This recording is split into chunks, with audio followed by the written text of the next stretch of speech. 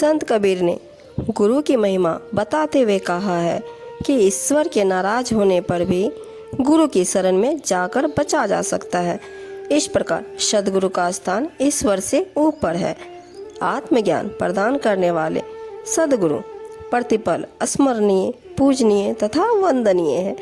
उनकी कृपा से ही मनुष्य सांसारिकता से मुक्ति पाता है। व्यक्ति को सद्गुरु के प्रति स्वयं को समर्पित कर देना चाहिए। कबीर साहिब जी कहते हैं, गुरु को कीजिए दंडवत, कोटि कोटि प्रणाम, कीट न जाने भृंग को, गुरु कर ले आप समान। कहते हैं, गुरु को दंडवत होकर करोड़ों बार प्रणाम करो।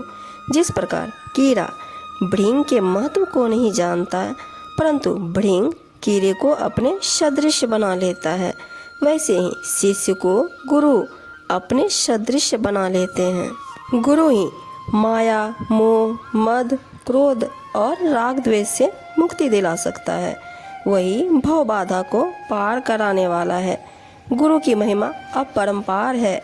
यदि गुरु और भगवान कहीं पर एक साथ प्रकट हो जाए तो सर्वप्रथम गुरु की ही वंदना करनी चाहिए, क्योंकि सद्गुरु के ज्ञान प्रदान करने से ही भगवान के दर्शन संभव होते हैं।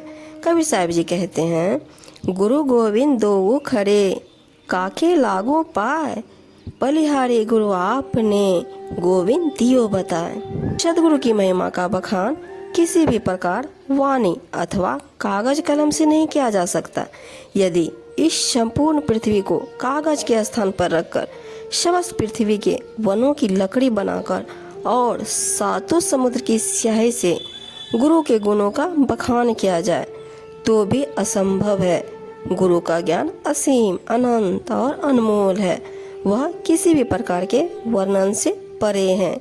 गुरु की महिमा के बारे में कबीर साहिब जी कहते हैं, सब धरती कागद करूं, लेखनी सब बन राय, सात समुद्र की मसी करूं, गुरु गुण लिखा न जाए। जिस व्यक्ति ने गुरु की शरण में जाकर उनकी कृपा प्राप्त न की, गुरु में श्रद्धा और विश्वास न किया, उसका जीवन व्यर्थ है। वह मनुष्य के पाकर भी पशु के समान है। ऐसा व्यक्ति माया मोह के बंधन में पड़कर अज्ञानवश अहंकारी और दम्भी हो जाता है। वह जन्म जन्मांतर तक मोक्ष प्राप्ति के लिए तड़पता है और भटकता रहता है, किंतु गुरु ज्ञान के बिना भला मोक्ष मिलना कहाँ संभव है। अतः उसे मोक्ष नहीं प्राप्त होता और वह यूं ही भटकता रहता है। गुरु के विमुख हुआ व्यक्ति मद, मोह, क्रोध और लोभ में ही जीवन की परम सिद्धि समझता है, जबकि वह अभिष्ट से हमेशा ही दूर रहता है। यही नहीं, वह तो स्वयं ही सार तत्व को छोड़कर निस्सार को ग्रहण करता है। उसकी स्थिति उस बगुले जैसी होती है जो कीट पतंगों का तो भक्षण करता रहता है, किंतु मोती की उसे पहचान नहीं होती।